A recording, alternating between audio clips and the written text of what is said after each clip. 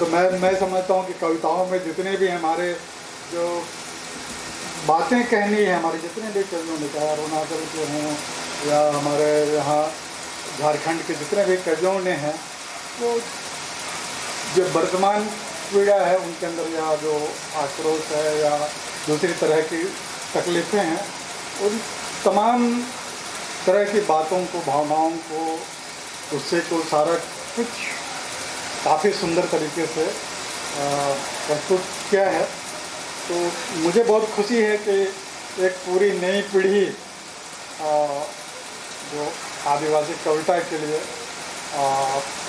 संघर्षरत है, और जो कभी मैं परेशान रहता था 80 के आसपास की, 80-90 के आसपास की कोई और नहीं लिखने वाले हैं, तो मेरे साथ इतने आधे दर्जन से अधिक लोगों को देखकर मैं सचमुच भविष्य के प्रति बहुत ही आशान्वित हूँ। और उम्मीद करता हूँ कि जैसे कि यहीं पर जो मंच में है, 2 साहित्य अकादमी से पुरस्कृत एक होने वाले और एक हो चुके कवि भी बैठे हैं, और उसमें एक ऐसी कवित्री भी है जिसकी कविताएँ अंतर्राष्ट्रीय मंच पर भी गूंज रही है। तो ये आदिवासी कविता है जो आज वर्तमान की, मतलब पूरी दुनिया में, ना केवल झारखंड, पूरी दुनिया में आज की ज़रूरत बन गई है। और मैं बार बार एक चीज़ कहता हूँ दोस्तों कि आप खास करके जो हमारे डिस्कवरी चैनल, नेशनल ज्योग्राफी या फूड चैनल, कुछ भी आप देखें, इवन फैशन के जो टीवी शो होते हैं उसमें भी देखें, कहीं भी देखें, मुझे ये देखकर बहुत आश्चर्य होता है कि सभी जगह आदिवासी दुनिया को या उनके जीने के तौर तरीके को पहचानने के लिए हर तरह की कोशिश हो जाती है। उनके कुछ भी जीने की तकनीक है ना, किसी भी तरह की जीवन शैली है, भोजन की शैली, रहने की शैली है ना, और उनके साथ प्रकृति से जो उनका एक अंतरंग संबंध है, तो प्रकृति से किस तरह वो कठिन परिस्थिति में रहते हैं, इनको जानने समझने की कोशिश पूरी दुनिया में हो रही है। लेकिन आश्चर्यजनक रूप से हमारे हिंदुस्तान में ऐसा लगता है कि जो वर्तमान जो भी लोग हैं सत्ताधारी, वो सभी उनके पीछे पड़े हैं और बहुत ही क्रूर तरीके से उनके साथ पेश हो रहे हैं। जैसे कि मैं अभी उससे पहले कहा था कि ये 1700 से लेकर 1850 तक में विश्व के पैमाने पर देखें तो साम्राज्यवादी और उपनिवेशवादी लोग जिस तरह से क्रूर व्यवहार पूरे हिंदुस्तान के आदिवासियों से कर रहे थे, तो लगभग उसी तरह का एक व्यवहार हमारे हिंदुस्तान में हो रहा है। आप सभी लोग संवेदनशील लोग हैं, प्रगतिशील लोग हैं, तो मेहरबानी करके इस मुद्दे पर भी सोचें।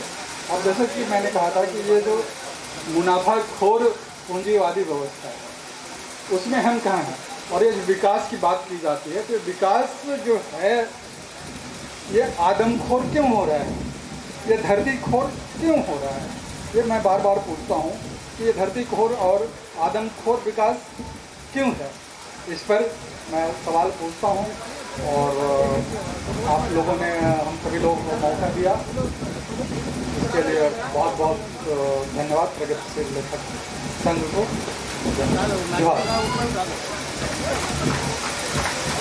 धन्यवाद महादेव टोपो जी। अब मैं इस परिचर्चा को आगे बढ़ाते हुए जमुना बिनी जी को बुलाना चाहूँगी, जो अपने विचार को रखेंगे हम सबों के सामने।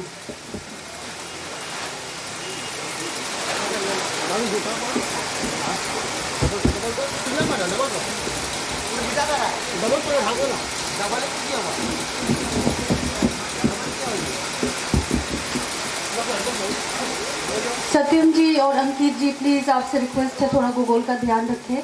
मैं जब तक मेरा वक्तव्य पूरा नहीं हो जाता, सत्यम जी, अंकित जी प्लीज़ गूगल को संभालें।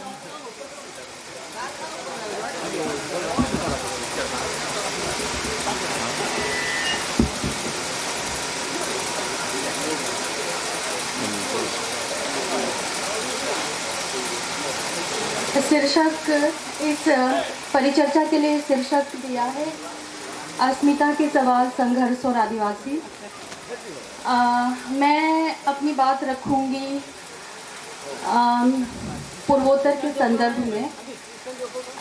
बाकी जो आदिवासी समाज है या वो ये कहे कि किन समस्याओं से जूझ रहे हैं, क्या क्या संघर्ष है, मैं उम्मीद करती हूँ इस पर मेरे साथी वक्ता बोलेंगे, इस पर प्रकाश डालेंगे। मैं पूर्वोत्तर से आती हूँ। मैं पूर्वोत्तर केंद्रित या पूर्वोत्तर ये कहा कि के संदर्भ पर, अरुणाचल के संदर्भ पर मैं अपनी बात रखूँगी। कोशिश करूँगी मैं कम से कम शब्दों में अधिक से अधिक ये कहे कि कम से कम शब्दों में ये कहे अधिक से अधिक मैं बिंदु को आपके सामने मैं प्रस्तुत करूं। लेकिन कई बार जब मैं बोलती हूं तो कैरिड अवे होके बोलती हूं, तो मैं डॉक्टर सुनीता जी से मैं ये कहूँगी कि आग्रह मैं बहुत आपसे मेरा आग्रह है कि अगर मैं लगे आपको मैं ज़्यादा बोल रही हूँ तो आप मुझे इशारा कर दीजिएगा, मैं रुक जाऊँगी। जहाँ तक अस्मिता का प्रश्न है, मैं आदिवासी लेखन को मैं मानती हूँ ये अस्मिता का लेखन है, और ये कहे कि ये क्यों अस्मितावादी लेखन है, या ये कह सकते हैं कि एक आइडेंटिटी क्राइसिस या एक जो पहचान की संकट है वो हम किस तरह से हम उसको झेलते आए हैं, इस पर मैं बात रखते हुए फिर उसके बाद धर्म पर भी बात करूंगी, उसके बाद भाषा पर बात करूंगी, फिर उसके बाद विकास या जो डेवलपमेंट के बारे में आप लोगों ने कई बार सुना होगा, इस पर भी मैं अपनी मेरे क्या विचार हैं उस पर मैं अपने विचार रखते हुए मैं अपनी बात समाप्त करूंगी। तो ये कुछ 4 बिंदु है जिस पर मैं बात रखना चाहती हूँ।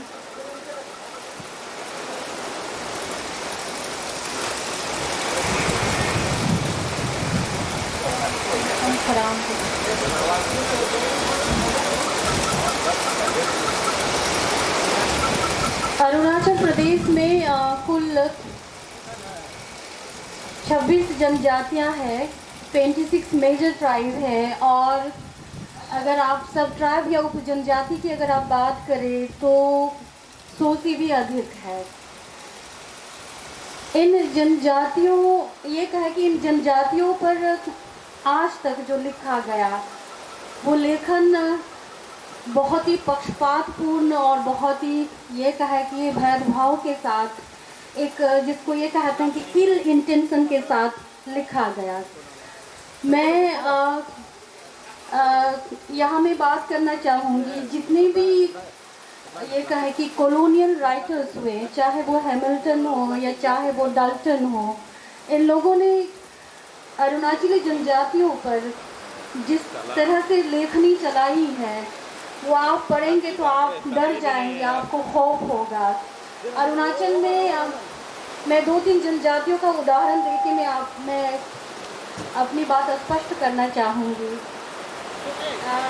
ऐसी 2-3 जनजातियाँ हैं जिसके साथ ये कहे कि इन लेखकों ने नाम मात्र की, जब ये लोग लिख रहे थे, चाहे वो डाल्टन हो या हैमिल्टन हो, जब ये लिख रहे थे तो सहानुभूति, नाम मात्र की सहानुभूति भी इन लोगों ने प्रकट नहीं की। जैसे मिसमी जनजाति है, मिसमी जनजाति के बारे में डाल्टन लिखते हैं कि दे आर ब्लड थर्स्टी, यानी कि ये लोग रक्त पिपासु लोग हैं, दे आर फिल्टी, बहुत गंदे हैं, ये कह कि दे आर वेरी डिसेप्टिव, कि धोखेबाजी करते हैं, बहुत गंदे हैं, ये कह कि रक्त पीने वाले पिशाच हैं। इस तरह के ये कह कि अपने टूर डायरी में या अन्य तरह की लिटरेचर में मिसमी जनजाति को इस तरह से पोर्ट्रे किया। और वंशो जनजाति उनका एस्थेटिक सेंस या उनका सौंदर्य शास्त्र हमारे सौंदर्य शास्त्र से मैं कहूँगी या हमारा सौंदर्य बोध से काफ़ी भिन्न। इस आइडेंटिटी के बाद में रिलीजन पर मैं बात करना चाहूँगी। जैसे कि आप सभी जानते हैं, हम जनजातीय प्रकृति पूजक होते हैं, वी आर नेचर वर्शिपर, प्रकृति पूजक होते हैं। लेकिन बहुत चिंताजनक है वो ये है कि कुछ ऐसे तत्व है, कुछ ऐसे संगठन हैं जिनके प्रभाव में आकर, जैसे मैं अगर निशी जनजाति की मैं बात करूं तो हम लोग दूनी पोलो की उपासना करते हैं। दूनी यानी कि सूर्य, पोलो यानी कि चंद्र। हम सूर्य को दीदी मानते हैं और पोलो चंद्र को हम पिता मानते हैं। तो कुछ ऐसे संस्था या कुछ ऐसे तत्वों की इन्फ्लुएंस में आकर हमारे कुछ जनजाति भाई बहनी में तब्दील कर दिया। इनके मंदिर है, आप अरुणाचल में कभी जाएंगे कि संडे को उनकी पूजा होती है और पूजा पाठ के जो सारे तरीके हैं वो आप देखेंगे तो आपको वो किसी रिलीजन से आपको उसकी सिमिलरिटी इस तरह की घंटा बजाते हैं। तो ये जिस सूर्य का हम रोज दर्शन करते हैं, जिस चंद्रमा को हम हर रात जिसको हम देखते हैं, उसको मूर्ति में कैद करने की या उसको मूर्ति में तब्दील करने की क्या आवश्यकता आनी पड़ी।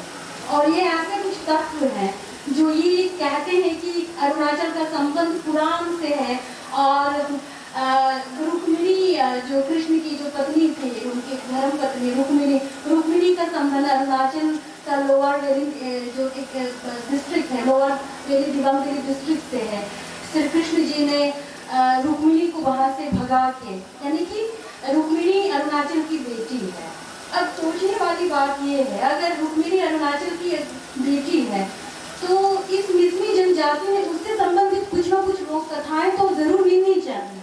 लेकिन बड़ी हैरानी की बात है, हमारी यूनिवर्सिटी में लोक साहित्य पर बहुत ज्यादा काम हो रहा है, शोध हो रहा है, और आश्चर्य की बात यह है कि कहीं भी मिसमी एक ऐसी लोक कथा नहीं जो रुक्मिणी से संबंधित।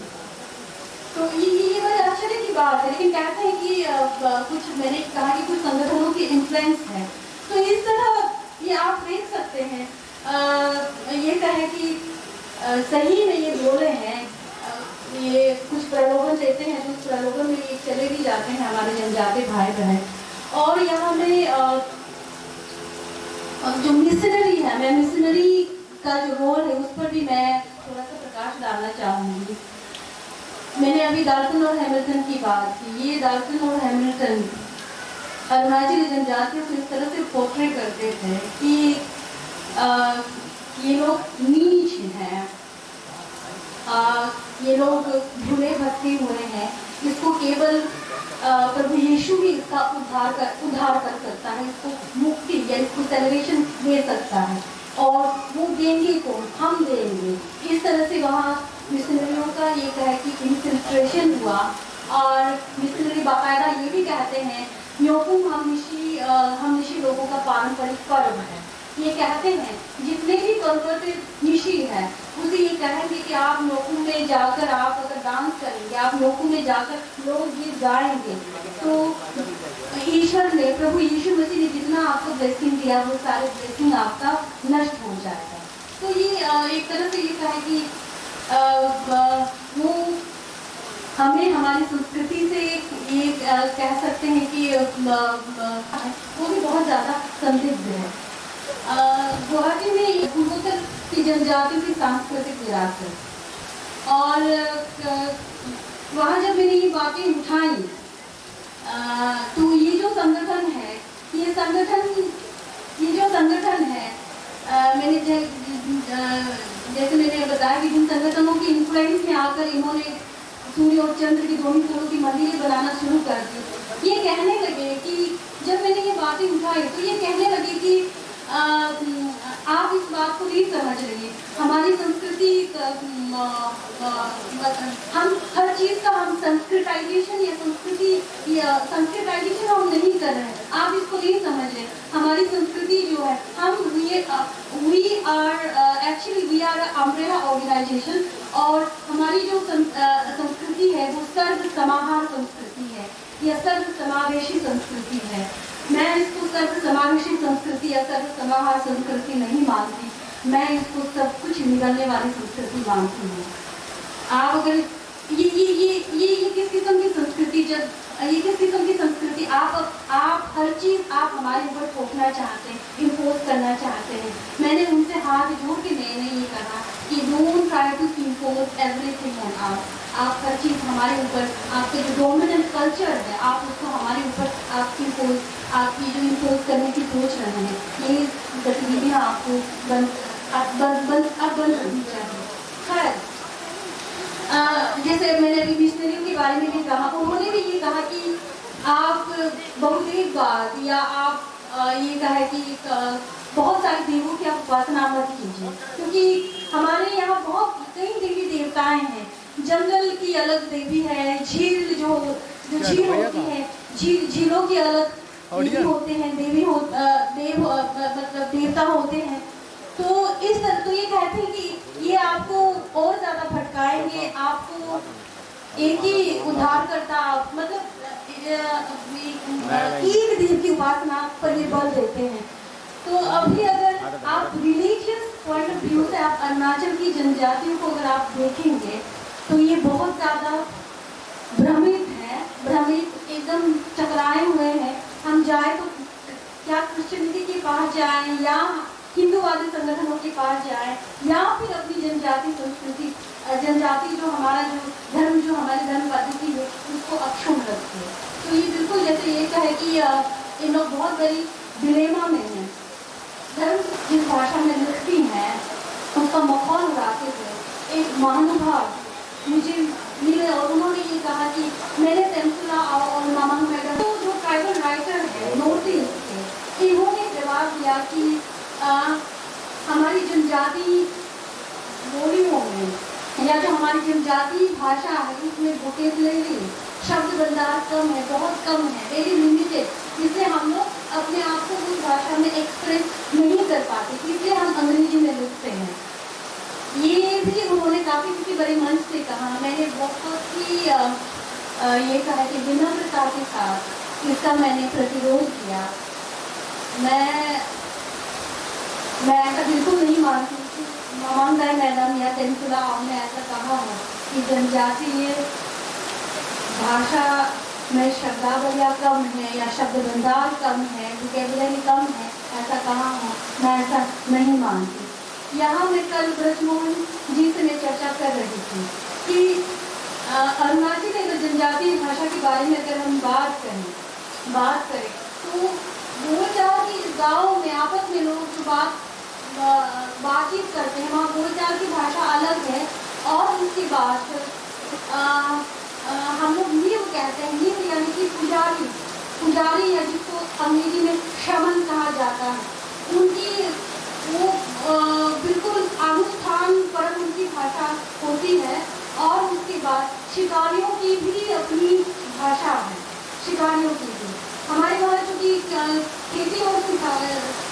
खेती करना और शिकारी यही हमारा जैसे ये है कि मैन ऑक्यूपेशन है, तो वहाँ को कम्युनिटी हंटिंग होता है।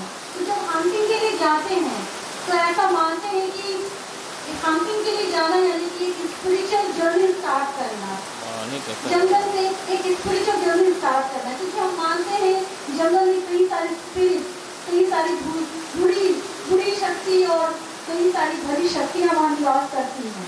इसीलिए जब ये प्रवेश करते हैं नाम होगा, एक सामान्य नाम होगा और उसके बाद उसका ये कहे कि हंटिंग लोग लगे हुए हैं दुख प्रचार फैलाने में।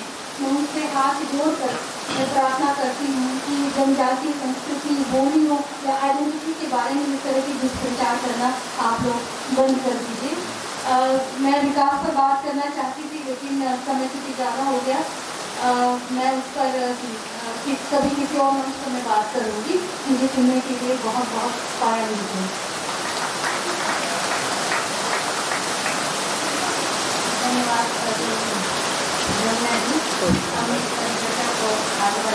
संक्षेप में अपनी बात कहूँगा और वो सारी बातें जमुना जी ने जो बात कही है उसी से जुड़ी हुई बातें हैं। और जिसे हम अस्मिता कहते हैं और खासतौर से हम आदिवासी अस्मिता की बात करते हैं और मेनस्ट्रीम में आते हैं, मुख्यधारा में आते हैं, उसकी ज्ञान परंपरा में आते हैं, तो अक्सर इस तरह की बातें मिलती हैं, बहुत ही अपमानजनक थे और क्या कहें स्वीकार ना की जाए। मैं अपना संस्मरण थोड़ा प्रसंग सुनाना चाहूँगा। मेरे PhD का इंटरव्यू था और इंटरव्यू का पैनल में कई प्रोफेसर थे, सीनियर प्रोफेसर थे। उन्होंने मुझसे एक ऐसा सवाल पूछा जिससे मैं असहज हो गया था और ये दरअसल इस बात का उदाहरण है कि ये सारी मानसिकताएं हमारे मिनिस्ट्री के समाज में कैसे अंदर तक धंसी हुई है। पैनल के मेंबर ने मुझसे पूछा कि क्या आपकी शादी हुई, तो मैंने कहा कि नहीं, अभी तो नहीं हुई। उन्होंने ये बात कही कि आदिवासी के यहाँ तो शादी कर ले आते हैं, कर ले आते हैं, तो शायद तुम्हारी जो प्रक्रिया नहीं पूरी हुई होगी इसलिए तुम्हारी शादी भी नहीं हुई। क्योंकि इंटरव्यू का पैनल था, उसकी एक मर्यादा थी, तो मैंने उनको विनम्रता से खारिज किया। लेकिन ये उदाहरण है जो मेनस्ट्रीम के समाज में, मुख्यधारा के समाज में बहुत ही गहराई के साथ है और अभी भी ये सारी चीज़ें हैं। अब मैं बात करूँगा अस्मिता की, और अस्मिता की इन बातों को प्रगतिशील आंदोलन है या प्रगतिशीलता का विचार है, इससे जोड़ने की कोशिश करूँगा। सुबह से ही प्रगतिशील आंदोलन पर बातचीत हो रही है, उसके विचारधारा पर काफ़ी बातचीत हुई है, पहले सत्र में काफ़ी वैचारिक बातचीत हुई है। मैं अपनी बात को उस दिशा में ले जाना चाहता हूँ। मेरी जानकारी में शायद ये पहला प्रगतिशील लेखक संघ या किसी वामपंथी प्रगतिशील सांस्कृतिक संगठन का कार्यक्रम है जहाँ शायद अस्मिता को जगह के साथ वर्ग की बात कैसे जुड़ेगी और कैसे वृहद संघर्ष की दिशा में हम आगे बढ़ेंगे। सुबह से एक बात की चिंता हम सब जाहिर कर रहे हैं कि प्रगतिशील आंदोलन या वो प्रगतिशील विचार जिसके जिम्मे, जिसके कंधों पर बेहतर समाज के निर्माण की बात थी, उसकी दशा क्या है। कहने का मतलब कि प्रगतिशील आंदोलनों के उभरने के बजाय, जो उनकी शक्तियों को समाज में अपनी जगह बनाने के बजाय, जो यथास्थितिवादी रूढ़िवादी शक्तियाँ हैं, सांप्रदायिक शक्तियाँ हैं, वे समाज पर हावी होती चली गई। और ये कैसे हावी होती चली गई? कभी दिलीप जी अच्छी बात कह रहे थे, कुछ उदाहरण देकर बता रहे थे कि जो समाज का जो पावर संतुलन है, पावर बैलेंस है, उसकी बात कर रहे थे।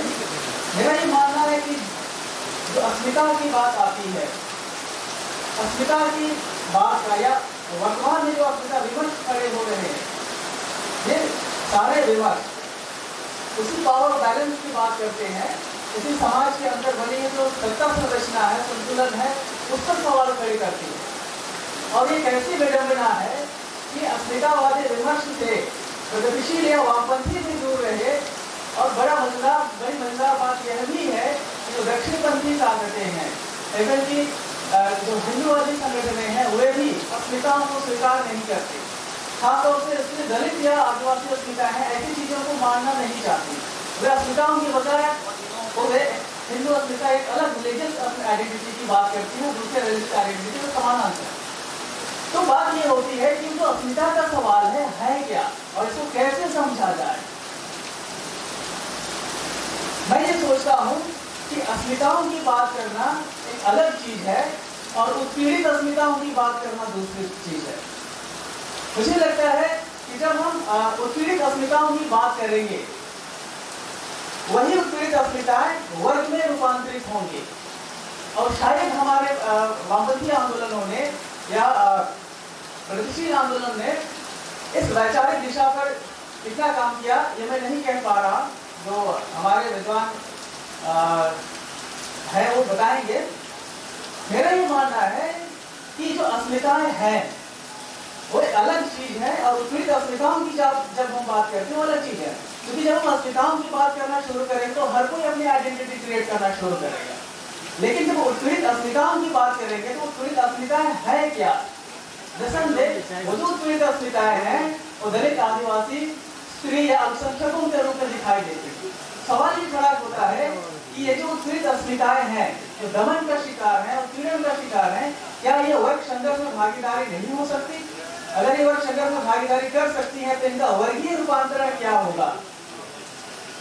अस्मिता भले ही आगे चलकर उसका दायरा बंधता हो, लेकिन उसके यात्रा की, उसके विकास के चरणों की बात किए बगैर उसके अस्मिताओं के दायरे की बात करना मुझे बहुत उचित नहीं लगता। और जब हम उत्कृष्ट अस्मिताओं की बात करते हैं तो भले ही वे अपनी जमीन पर खड़ी हो, अपनी आइडेंटिटी के बेस पे खड़ी हो, वे फाइनली किस चीज की बात करती है? वे उसी सामाजिक सत्ता संरचना की बात करती हैं, उसी पावर ऑफ बैलेंस की बात करती हैं जिस पावर ऑफ बैलेंस के तले ये दबे हुए हैं। अगर दलित हैं तो वे ब्राह्मणवादी व्यवस्था के अधीन दबे हुए हैं, उनकी सत्ता संरचना के अधीन दबे हुए हैं। अगर स्त्रियां हैं तो पुरुषवादी सत्ता संरचना के अधीन दबी हुई है, उसके पावर ऑफ बैलेंस के नीचे दबी हुई है। उसी तरह से जो आदिवासी अस्मिताओं की बात करते हैं तो ये आदिवासी अस्मिता जो बृहद मेनस्ट्रीम है या कथित मुख्यधारा या सभ्य समाज की दुनिया है, उसका जो शक्ति संतुलन है उसके अधीन दबी हुई है। तो मैं ये कहता हूं कि हमें प्रगतिशीलता का दायरा बढ़ाना होगा, तो हमें अस्मिताओं के संदर्भों पर भी विचार करना होगा। हमें ये देखना है कि जो अस्मिताओं का विमर्श खड़ा हो रहा है, उन उत्पीड़ित अस्मिताओं के विमर्श की दिशा क्या है? क्या ये उस वर्गांतरण की प्रक्रिया में बढ़ रही है? अगर नहीं बढ़ रही है तो यह विचार लाना जरूरी है कि अस्मिताओं के अंदर वर्गांतरण की प्रक्रिया शामिल हो। इसके बारे में नमूनियत खामों ने बहुत अच्छी बात कही। केन्या में जो राष्ट्रीय आंदोलन चला उसके बारे में बहुत अच्छी बात कही कि अस्मिताएं बहुत आसानी से खड़ी की जा सकती है कि आप हिंदू हो, आप मुसलमान हो, आप स्त्री हैं, आप पुरुष हैं, आप मेनस्ट्रीम हैं, हम आदिवासी हैं, आप गोरे हैं, हम अश्वेत हैं। अस्मिता अक्सर मैं और वे के बनाम चलती हैं हमेशा। तो अस्मिताएं बहुत सहज तरीके से चिन्हित की जाती हैं और अस्मिताओं को गोलबंद करना ज्यादा आसान नहीं होता है। लेकिन अस्मिताओं के गोलबंद होने के साथ साथ अस्मिताओं के दायरे से बंधने का भी खतरा रहता है। नमूनियत खामों ने बहुत अच्छी बात कही थी कि जब केन्या में राष्ट्रीय मूवमेंट चला तो सीधी सी बात एक स्वर उभरा कि गौरों को अफ्रीका से बाहर निकालना है या अपने देश से बाहर निकालना है। तो जैसे ही गौरों को बाहर निकालने की बात आई तो जो अश्वेत अस्मिता थी वो एक हो गए। लेकिन उस अश्वेत अस्मिता ने अपने अंदर उस वर्गांतरण के विचार प्रक्रिया पर विचार नहीं किया। परिणाम क्या हुआ कि जो यूरोपीय पूंजीवादी औपनिवेशिक शक्तियां थी वही मानसिकता उन अश्वेतों के बीच चली आई और हम ये देखते हैं कि कैसे लोगों की खुद उसके शिकार हो जाते हैं। तो अस्मिताओं के निर्माण की प्रक्रिया होती है, उसके संघर्ष के चरण होते हैं, उसकी दिशाएं होती हैं। हमें ये देखना होता है कि वह अस्मिताएं उस दिशा में आगे बढ़ रही है। जैसे प्रगतिशील आंदोलनों या वर्तमान में हम जो चिंता कर रहे हैं कि हम जनता से दूर हो रहे हैं या जनता हमसे दूर हो गई है। बात यह है कि हम जनता के साथ या उनके चीजों के साथ या तमाशाओं के साथ हम किस रूप में जुड़े हैं।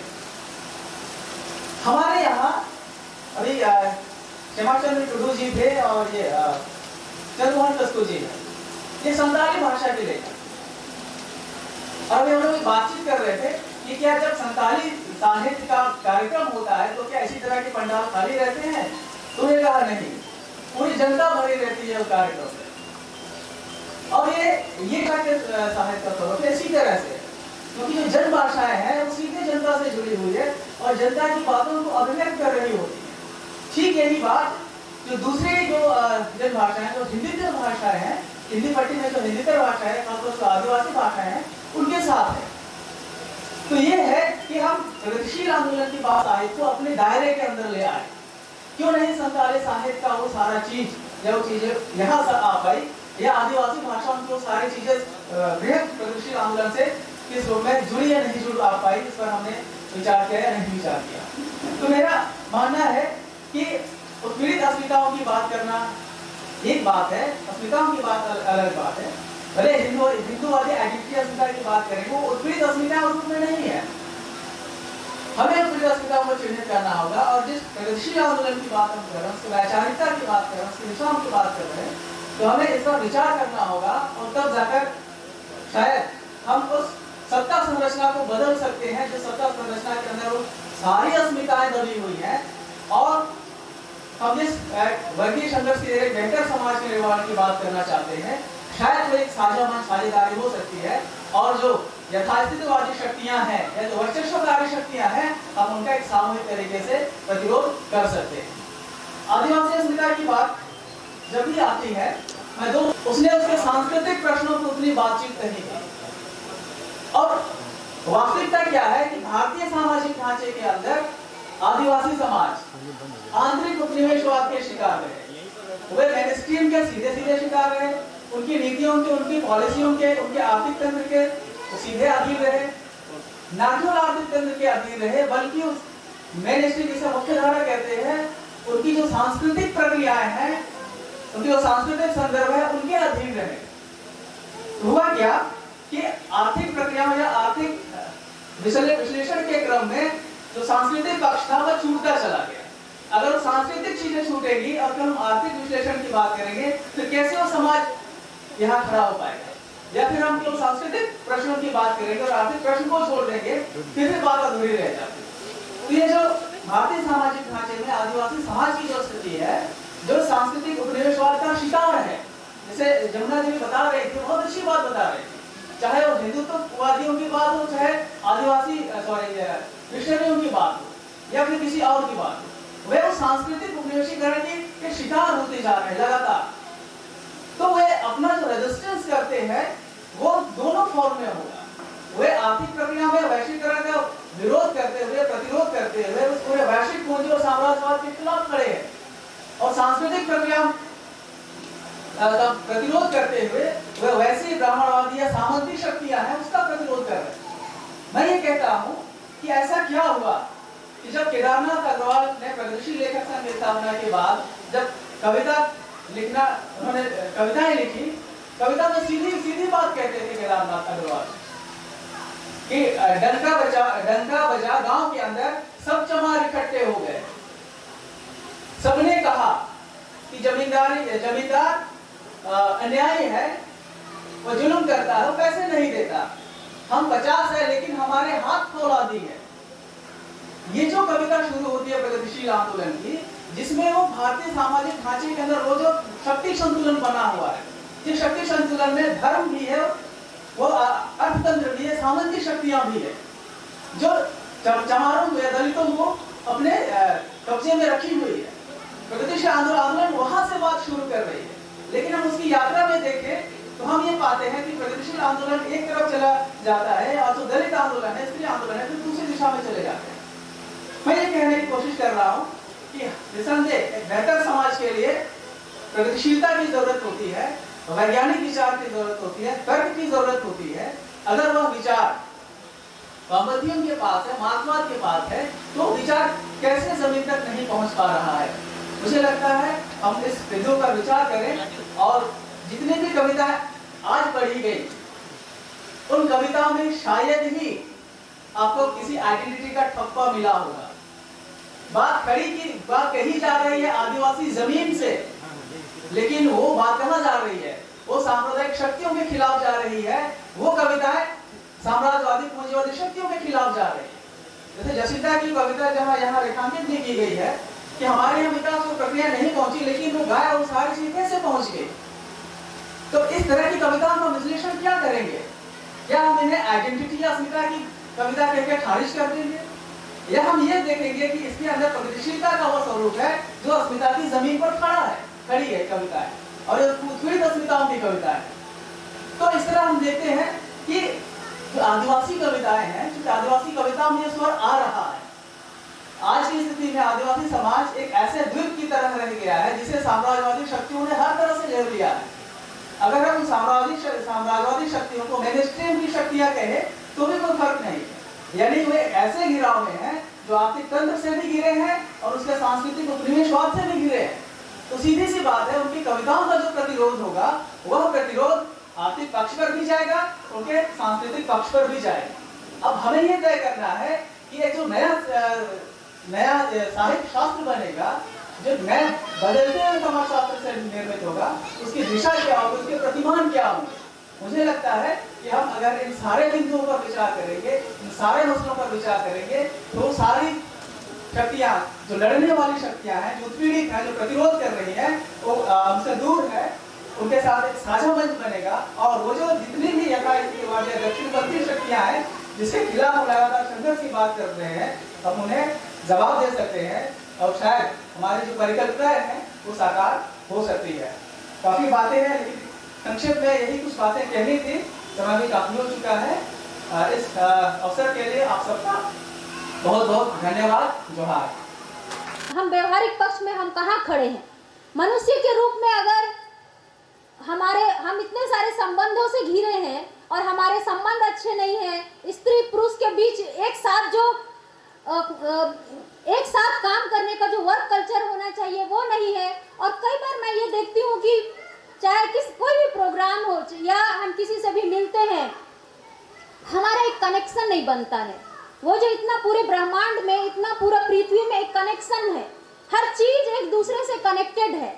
हम जो विकास की बात करते हैं, या फिर हम इतने पढ़े लिखे लोग हो गए हैं कि जब हम बात करना शुरू करते हैं तो जिस चीज को पकड़ते हैं हम उसी में फोकस रहते हैं। क्यों ये कनेक्टिविटी नहीं है? क्यों हम इतना जानकारी, इतनी शिक्षा, इतनी सारी चीज होने के बावजूद एक आदमी जो अपने बगल में बैठा हुआ है उस आदमी से कनेक्शन फील नहीं करता है? वो एक तरंग जो मनुष्य को जोड़ता है और ऑटोमेटिक आप बहुत अच्छा फील करते हैं, या फिर आपको लगता है कि हाँ मैं इससे इतना कनेक्टेड फील कर रहा हूँ कि मैं इसके हितों के लिए काम करूंगा, मैं इसके लिए जान लड़ा दूंगा। वो भावना ही नहीं है। पहाड़ में जो लोग नियामगिरी के पहाड़ में, मैं वहाँ पे समय बिताया है मैं देखती हूँ कैसे लोगों का पहाड़, जंगल और नदी के प्रति इतना कनेक्टिविटी है, इतना वो उससे जुड़ा हुआ महसूस करते हैं, और वो एक तरह का इतना प्यार है उनको कि वो उसके लिए जान दे सकते हैं। लेकिन हम जो शहर में बैठते हैं, हम इतने बुद्धिजीवी हैं, हमने इतना पढ़ाई किया हुआ है और हमारे पास नॉलेज की कमी नहीं है, लेकिन हमारे पास वो जज्बा नहीं है कि हम इस समाज को बदलने के लिए, या जिनके हितों की हम बात करते हैं, जिस मनुष्य को बचाने की हम बात करते हैं, उसके लिए हमारे पास जान देने का गट्स नहीं है। तो अंततः मैं वो कहती हूँ कि सारी बौद्धिकता, सारे विचार वो ठीक है। ये विचार तो बहुत मुझे छोटा सा दिखता है जब आप पूरा अस्तित्व और पूरा ब्रह्मांड की ताकत को जब मैं देखती हूँ और चेतना की ताकत को देखती हूँ, तो मुझे लगता है ये विचार वो तो इतना छोटा चीज है। और हम जितनी भी बातें करें, वो जब भीतर से कनेक्शन नहीं बनता है तो हमें दिखता है कि आप कितना ढोंग रच रहे हैं, आप कितना झूठ बोल रहे हैं, आप इतनी बौद्धिकता की बात कर रहे हैं, लेकिन किसी आदिवासी लड़की से आप किस तरह बिहेव करते हैं, उसके प्रति आपका नजरिया क्या है, ये सारा चीज निकल के आता है। तो मुझे लगता है कि इससे तो समाज नहीं बेहतर होने वाला है जब तक हर आदमी, चाहे वो आदिवासी हो, गैर आदिवासी हो, अपने भीतर का वो एक बहुत पाक जो मनुष्य है उसको ना बचाए, उसकी बात ना करे, उसकी तरह अगर ना हो सके, पृथ्वी की तरह ना हो सके, जिसमें कोई इतना छदम नहीं है, कोई इतना ढोंग नहीं है, जो वो सच्चाई है। अगर हम उस ऊंचाई तक एज ए मनुष्य हम वहां तक नहीं पहुंचते हैं तो आदिवासी की बात करेगा, हिंदू की बात करेगा, मुस्लिम की बात करेगा, बट कोई मनुष्य इस धरती में नहीं बचेगा। तो मैं तो इसीलिए हर दिन हर मनुष्य के लिए परीक्षा है कि मैं वहां कहां पहुंच रहा हूं। क्या मेरे अंदर का जो इतना ढोंग है, मैं इतनी बौद्धिकता लेके भी जो ढोंग, इतना असद, इतना झूठ लिए घूम रहा हूं, उससे तो कोई समाज, उससे तो कोई भी मुद्दा नहीं बच सकता है, उससे कोई आंदोलन नहीं लड़ा जा सकता है। और अगर आदिवासी समाज अगर लड़ पा रहा है, वो सड़क पे उतर पा रहा है, वो आप देखिए, वो गांव घर के जो सच्चे लोग हैं, अभी भी सच्चाई बची हुई, अपनी जमीन के लिए जान देने का जज्बा बचा हुआ है, वही लोग सड़क पर आ पा रहे हैं। वो बौद्धिक बातें नहीं करते हैं, बट उनमें वो जज्बा है, वो जान दे सकते हैं, वो लड़ सकते हैं।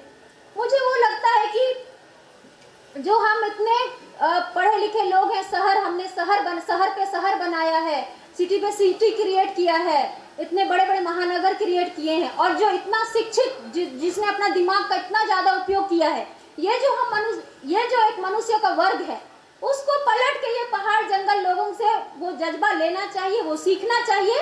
और ऐसी धरती जहाँ पे मनुष्य और मनुष्यता बचा रहे, वहाँ आदिवासी भी बचे रहे, वहाँ हिंदू भी बचे रहे, वहाँ मुस्लिम भी बचे रहे, वो मनुष्यता बचा रहे, वो भीतर वो चीज बचा रहे।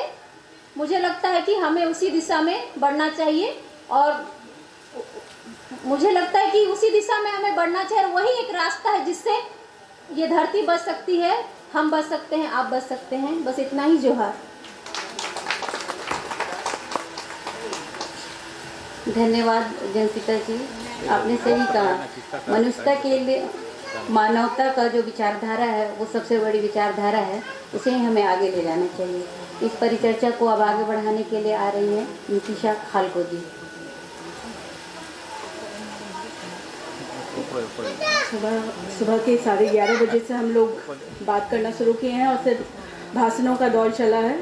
मैं खगेंद्र जी से सहमत हूँ, जो उन्होंने बोला था भाषण के बाद कविता और कविता के बाद गीत। तो मैं अपनी बात सिर्फ 3 गीतों के माध्यम से करना चाहूँगी, और वो 3 गीत कुड़ुक समाज के 3 कालों को बताते हुए है। मेरा शोध का विषय कुड़ुक लोकगीतों में आदिवासी स्त्री की छवि था। मैं उसके रिगार्डिंग आपसे कुछ बातें साझा करना चाहूँगी कि कैसे हमारे समाज में हमारी स्त्रियां दिखाई पड़ती हैं, हमारे पुरुष दिखाई पड़ते हैं और एक कुड़ुक बालमन दिखाई पड़ता है। तो 3 कालों के 3 गीतों के साथ मैं आपके बीच में हूँ। पहला गीत जो पुराने समय से गाया जाता रहा है और ये लोकगीत के तौर पे प्रचलित है। मैं अर्थ उसके बाद में बताती जाऊंगी, पहले तीनों गीत सुन लेंगे। सबसे पहला गीत, इंदर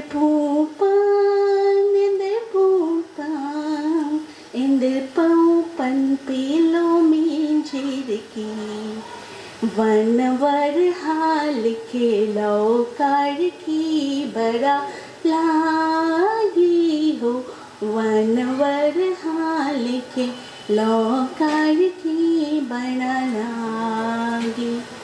दूसरा गीत, छुट्टी को न को कोई तुम की लिखा खुपा तो ढुको को रुन बा धीरे ढुको को रुन बा दी। छुट्टी को न को कोई तुम की लिखा खुपा तो ढुको को रुन बा धीरे ढुको को रुन बा दी। तीसरा गीत, हे बाबा होए लूर कुड़िया तैयोली की अनपाड़ोन लूर कुड़िया तैयोली की अनपाड़ोन ईसा मनो जान रही आगे ई मौका जियोनी। हे बाबा होए लूर कुड़िया तैयोली की अनपाड़ों ने। पहले गीत से मैं शुरुआत करूंगी जो मैंने इंदर पूपान गाया। वो गीत है, एक प्रेमी है, जंगल में अपनी प्रेमिका को दूर से आता हुआ देख रहा है और वो गा रहा है कि ये कौन ऐसी चीज़ है जो दूर से बहुत तेज़ी से मेरे तरफ बढ़ते आ रही है और ये कुछ झिलमिलाती हुई सी चीज़ दिखाई पड़ रही है, लेकिन जैसे ही वो वस्तु जब पास आती है तो वो बोलते हैं, ओ ये तो मेरी गर्लफ्रेंड है, ओ ये तो मेरी प्रेमिका है जो किसके तरीके से मेरे तरफ बढ़ती हुई आ रही है। तो वन वरहा लिखे, जंगली सूअर के जैसे वो मेरी तरफ तेज़ी से आ रही है। जब इस गीत को मुझे अपने शोध में एक्सप्लेनेशन की ज़रूरत पड़ी तो मुझे ये नहीं समझ में आ रहा था कि कोई बॉयफ्रेंड अपनी गर्लफ्रेंड को जंगली सूअर की तरीके से कंपेयर करते हुए बोल रहा है और गीत गा रहा है कि वो मेरे तरफ इस तरह से बढ़ती हुई आ रही है। जब इस गीत के एक्सप्लेनेशन के लिए मैं लोगों के बीच में गई और पूछा कि क्या वजह है कि कोई अपनी प्रेमिका को बोल रहा है जंगली सूअर से, वो तुलना कर रहा है, तो जो जवाब था वो बहुत चौंकाने वाला मेरे लिए भी था, शायद आपके लिए भी हो। वो ये था कि आदिवासी समाज बहुत लंबे समय से जब खेती में नहीं आया था तो वो शिकारों पर आधारित था और शिकार करने में जो सबसे ज़्यादा मेहनत किसी जानवर के प्रति लगती थी तो वो सिर्फ और सिर्फ जंगली सूअर होता था। वो हाथी भी एक बार में मार के गिरा सकते थे, शेर भी एक बार में मार के गिरा सकते थे, लेकिन जो जंगली सूअर की जीवटता थी, जो उसका तेज था, जो उसमें जान थी, उस जान को निकालने में आदिवासी समाज को सबसे ज़्यादा मेहनत लगी और वो अपनी वुमेन की तुलना उस जंगली सूअर से कर रहा है, अर्थात उसकी जीवटता से कर रहा है। तो ये एक्सप्लेनेशन कहीं भी आपको आसानी से नहीं मिलेगा। हिंदी साहित्य हम लोग पढ़ते लिखते रहे हैं और हमने यहाँ पे हमेशा वुमेन को गजगामी नहीं पाया है, हंस नहीं पाया है, कुमलांगी नहीं पाया है। तो हम देखेंगे कितना अंतर है हमारे सौंदर्य बोध में और स्त्रियों को देखने के नज़रिए में। तो आदिवासी अस्मिता के सवाल की जब हम बात कर रहे हैं तो हमें इन लोकगीतों के पास जाके बात करनी होगी, संवाद करना होगा कि आपने कैसे देखा है हम वुमेन को। दूसरा गीत, छोटे को ना कोई, फिर से लड़के गा रहे हैं इस गीत को और इसमें लड़के बोल रहे हैं, एक छोटी सी लड़की है जिसके बालों का जोड़ा थोड़ा सा बड़ा हुआ है, बहुत बड़ा नहीं हुआ है, और वो आ रही है कि मैं तुमसे प्यार करती हूँ, तुमसे शादी करना चाहती हूँ, तुम्हारे साथ रहना चाहती हूँ, और उसने अपना घर छोड़ दिया है और वो लड़के के यहाँ आने के लिए तैयार है। इसमें लड़का उसे समझा रहा है कि देखो तुम अभी छोटी लड़की हो, तुम्हारे जो बालों का जोड़ा बना है वो भी बड़ा नहीं हुआ है, तो आपको अभी नहीं आना चाहिए। और जो ढुकू एक परंपरा का नाम इस गीत में आ रहा है, ये बेसिकली एक हमारा पारंपरिक रीति रिवाज है जहाँ पे कोई प्रेम में किसी के साथ रहने के लिए आना चाहता है तो उसको सामाजिक स्वीकार्यता देने की बात है। तो यहाँ पे वुमेन की चॉइस हम एक्सेप्ट करते हैं, लड़के का सब्र यहाँ पे दिखाई दे रहा है। हमारे समाज के लड़के खुद लड़कियों को रोक रहे हैं कि नहीं अभी बाल तुम्हारे छोटे हैं, तुम्हारा खोपा छोटा है, सो तुम हमारे पास अभी आने के लिए इतनी हड़बड़ाहट नहीं होनी चाहिए। तो यहाँ पे हमारे कुड़ुक समाज के पुरुषों की छवि बहुत खुल करके सामने दिखाई पड़ रही है। ये मिडिल एज का गीत था। तीसरा गीत जो मैंने लास्ट में गाया, हे बाबा होए, इसमें एक छोटी बच्ची है, वो आग्रह कर रही है अपने पिता से कि समय बदल रहा है, सूरज में नई चमक आई हुई है, लोग स्कूलों की तरफ जा रहे हैं, सो मुझे भी जो भी पारंपरिक आपके गृह कार्य के कार्य व्यापार है उसको निपटाने के बाद मैं पढ़ना चाहती हूँ, मुझे पढ़ने दिया जाए। तो इन 3 गीतों के माध्यम से मैं अपने समाज की स्त्री, पुरुष और बालमन को आपके साथ में साझा करना चाहती थी। धन्यवाद। धन्यवाद नीति सर जी, आपने बहुत खूबसूरती से अपने समाज को वर्णित किया। अब अंत में इस सत्र के समापन से पहले मेरे अंदर की भी जो एक कवियत्री है थोड़ी जग सी गई है, तो मैं भी अपनी 1-2 कविताएं सुना ही देती हूँ। ये जो पहली कविता है उसका नाम है पहचान। तुम आदिवासी हो आदिवासी, ना तुम संथाल ना तुम उरांव, ना तुम मुंडा ना तुम हो, ना तुम सबर ना तुम वीर, तुम आदिवासी हो आदिवासी। ना तुम सरना ना तुम हिंदू, ना तुम ईसाई ना तुम बौद्ध, ना तुम माझी ना तुम मंडवा, तुम आदिवासी हो आदिवासी। जल जंगल जमीन है तुम्हारी, पहचान इससे है हमारी। न बांटो एक दूसरे को तुम इन बेकार की बातों से, जो रोके तुम्हें एक होने से, आगे बढ़ने से। पहचान सिर्फ एक है तुम्हारी, तुम आदिवासी हो आदिवासी। तुम्हारी उत्पत्ति एक है, तुम्हारी विरासत एक है, तुम्हारी संस्कृति एक है, तुम्हारा अस्तित्व एक है। फिर क्यों अपने को बांटते हो, क्यों अपने को तोड़ते हो इन सतही बातों से, बेकार की फसादों से। मत दो ताकत उनको, मत दो हौसला उनको जो तुम्हें तोड़ते हैं, मत दो समर्थन उनको, मत दो समर्पण उनको जो तुम्हें जोड़ते हैं। सिर्फ और सिर्फ अपने मतलब के लिए, अपने कर्तव्य के लिए। खुद को जानो, खुद को मानो, भूल जाओ सारे अलगाव तुम। याद रखना है तुम्हें, सिर्फ एक पहचान है हमारी, तुम आदिवासी हो आदिवासी। न तुम संथाल, न तुम उरांव, न तुम मुंडा, न तुम हो, न तुम सबर, न तुम वीर, तुम आदिवासी हो आदिवासी। ये आदिवासी एकता पर ये कविता थी। दूसरी एक कविता मैं सुनाऊंगी आज के संदर्भ में, क्योंकि मैं थोड़ा बहुत सोशल वर्क भी करती हूँ, तो डॉक्टर हूँ, तो बहुत लोगों को लगता है कि शायद मेरे पास बहुत पैसा है, तो बहुत लोग मंच के लिए मेरे पास इस तरह की बातें करने आते हैं कि मैडम आपको फलना प्रोग्राम में आपको मुख्य अतिथि बना देंगे, लेकिन आपको वहाँ 25,000 रुपये देना पड़ेगा। ये जो मेरा पिछले 1-1.5-2 सालों से जो मैं सोशल वर्क कर रही हूँ, उससे निकला हुआ जो मन के अंदर का मेरा जो गुब्बार है वो इस कविता में है।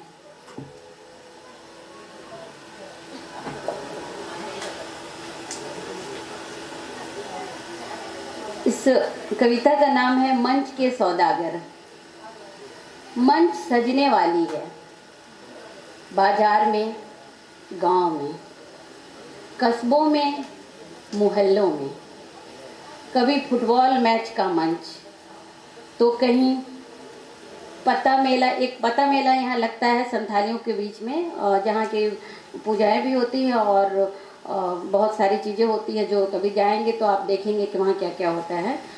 पता मेला का मंच, प्रतिभा सम्मान का मंच, तो कहीं शिक्षक सम्मान, तो कहीं रक्तदान शिविर।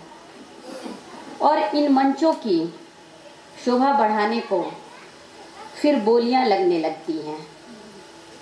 मुख्य अतिथि की, विशिष्ट अतिथि की 10,000, 20,000, 25,000, 50,000। और फिर मिल जाते हैं मनचाहे खरीदार, मुख्य अतिथि के, विशिष्ट अतिथि के। फिर शुरू होता है जय जयकार महिमा मंडन खरीदारों का। फिर शुरू होता है जय जयकार महिमा मंडन खरीदारों का मंच के सौदागरों द्वारा।